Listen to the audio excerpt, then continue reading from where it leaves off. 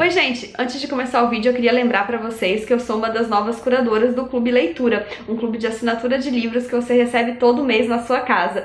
E a partir de agora você pode assinar o clube e escolher receber na sua casa um livro escolhido por mim todos os meses. Lá eu tô com um grande time de curadores muito interessantes e todo mês você pode decidir o livro de qual curador você vai receber, porque você tem acesso às obras antecipadamente. Então se por um mês você não gostar do que eu indiquei, tá tudo bem também, você pode escolher outra obra. Mas enfim, gostaria de convidar vocês a conhecerem e a assinarem o clube, e se vocês por acaso tiverem interesse e forem assinar, para usar o meu cupom ANALUBUSSOLAR, que dá 10% de desconto para vocês na assinatura, e um pouquinho da comissão da assinatura vem pra mim pela indicação. É uma forma de vocês receberem livros na sua casa e ainda ajudarem o meu trabalho aqui com o canal. Agora vamos ao vídeo. Oi gente, tudo bem? Eu sou a Ana Lu e eu li Mulheres que Correm com os Lobos, da Clarissa Píncola Estés, com tradução para o português da Valdeia Barcelos. Já tem um tempo que eu escutei falar desse livro pela primeira vez.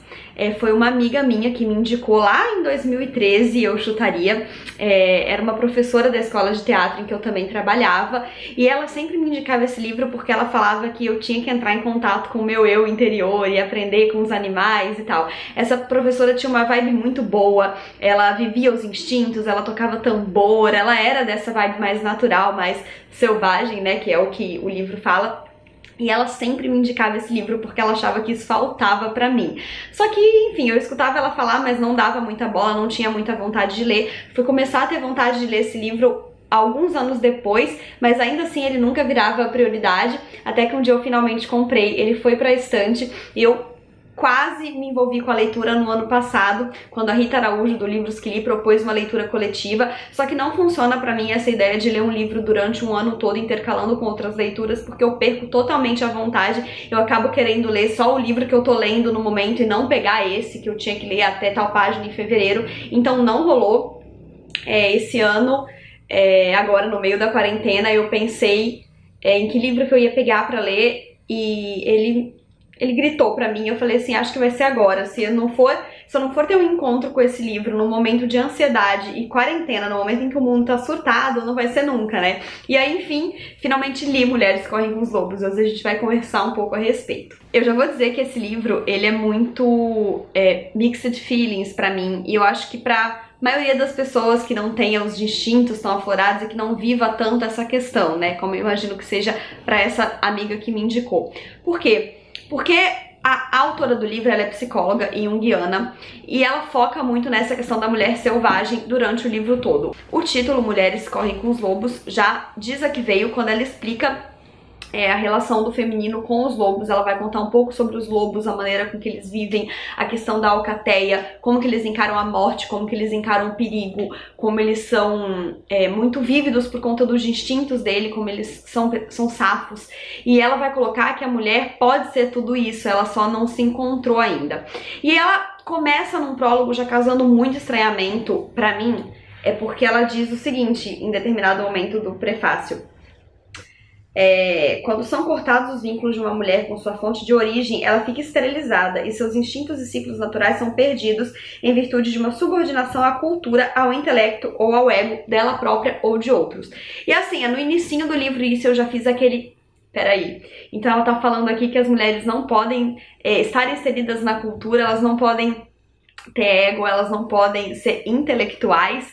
E daí, assim, eu já entendi que esse livro colocaria em xeque um tanto da minha racionalidade, do meu feminismo, porque ela provoca mesmo. Mas eu acho, assim, tentando entender a leitura que eu fiz desse livro, dá pra gente separar as coisas e pensar o que serve pra gente e o que não serve a gente só deixa de escanteio. Eu não vou parar de ser uma pessoa racional porque eu li esse livro, eu não vou parar de me submeter à cultura porque eu li esse livro, porque essas coisas não fazem sentido pra mim. Pode ser que pra algumas mulheres faça, pra mim não fez. E eu fiz esse exercício então de ler esse livro tentando me irritar pouco com essas questões que iam além do meu alcance e tentar sentir o que eu achava que podia fazer sentido. E sim, muita coisa bateu, muita coisa faz sentido.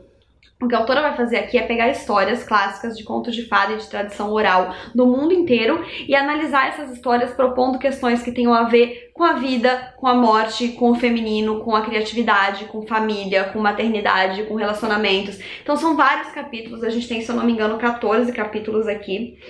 E cada um deles escolhe uma história ou duas de tradição popular ou de contos de fada e desmembra essa história propondo pra gente as lições subliminares que a gente tem ali. É claro que tem momentos em que você fala assim, nossa, ela tá apelando pra caramba, só que se você se propõe a viver isso e ler com ela e tirar dali as lições, pode ser interessante sim. Como eu falei, eu tive que fazer esse exercício de simplesmente ignorar o que não fazia sentido pra mim ou que eu não conseguia alcançar e ficar com o que eu achava que podia ser interessante. E sim, muita coisa eu achei interessante. Ela fala muito sobre a questão da morte, sobre como a gente precisa aprender a deixar morrer para viver, sobre como as mulheres e as lobas cantam sobre os ossos dos mortos, que é celebrar a morte, seja ela qual for, como uma forma de renascer sobre isso e cantar sobre isso. E essa mitologia, toda essa história de aprender a morrer e aceitar a morte está presente em diversos dos temas que ela vai abordar, principalmente no de relacionamentos e de criatividade.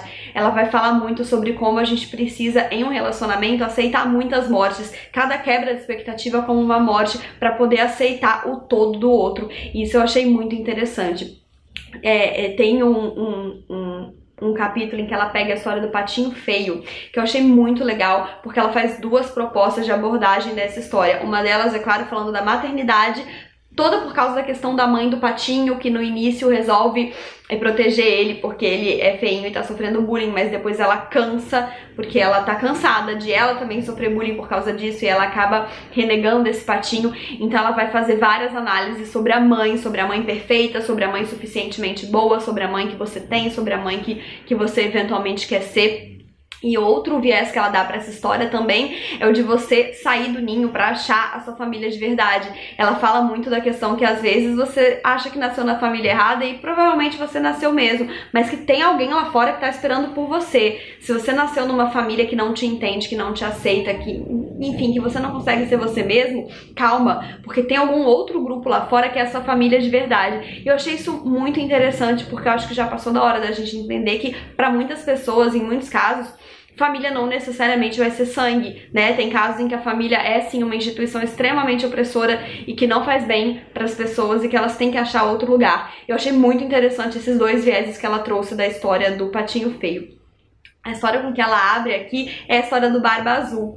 E... não é que ela abre, acho que é a segunda. Mas enfim, veio logo no início. E essa foi uma das que eu não gostei muito. Por quê? Eu já tinha lido o livro Fadas no Divã, que fala sobre a psicanálise nos contos de fadas, só que de outras maneiras, com outra abordagem, não tem nada a ver com o feminino selvagem e tal. E o Fadas no Divã traz uma outra análise sobre o Barba Azul, que ficou muito na minha cabeça quando eu li e que eu gostei demais. Então, essa versão da Clarissa não me pegou, porque eu ficava o tempo todo pensando na versão do Fadas no Divã. Mas enfim, esse tipo de coisa vai acontecer, né? O interessante que eu falo é você pegar o que serve. Aqui vai ter muita coisa interessante, vai ter muito sim sobre você lembrar de se conectar consigo mesma e entender o que você sente, tentar aceitar os seus instintos, tentar fazer uma diferenciação. E isso pra mim é muito difícil na vida e eu entendo a dificuldade também lendo o livro, que é você tentar distinguir o que é intuição e o que é medo, é você tentar ouvir a sua intuição e saber quando é medo, quando é pavor, quando é ansiedade, saber diferenciar essas coisas para poder ouvir uma e pisar sobre a outra, enfrentar a outra, porque você tem que enfrentar os seus medos, os seus pavores. Ela fala muito disso aqui. Enfim, gente, é um livro que, assim, tinha hora que eu ficava, assim, totalmente envolvida com ele, tinha hora que eu falava, é Haribo demais pra mim. Não foi uma leitura fácil, não foi uma leitura rápida, foi uma leitura que exigiu de mim, mas que não deixa de ser uma leitura que eu recomendo. Não acho que é pra todo mundo, mas se você tem alguma chama de interesse em ler sobre isso e pegar o que serve pra você, eu acho que vale sim. Não acho que eu me tornei menos intelectual, cultural ou mais selvagem depois de ler esse livro, mas acho que eu tento me entender melhor e pensar muito sobre essa questão da intuição e de estar em sintonia comigo mesma, com o que o meu subconsciente quer me dizer. E é isso. Foi uma leitura diferente, né? Eu gosto de leituras que me fazem sair da minha zona de conforto e realmente esse livro trouxe coisas que eu não esperava. É uma leitura totalmente diferente das que eu costumo fazer. Me contem aqui embaixo se vocês já leram, se vocês se interessam, se vocês não conseguiram, se a temática não atrai nem um pouco, porque eu acho que conversar é a melhor parte. Não esqueçam de se inscrever no canal se ainda não forem inscritos e deixarem um joinha se curtiram, porque isso ajuda muito o canal a crescer. Um beijo e até a próxima. Tchau!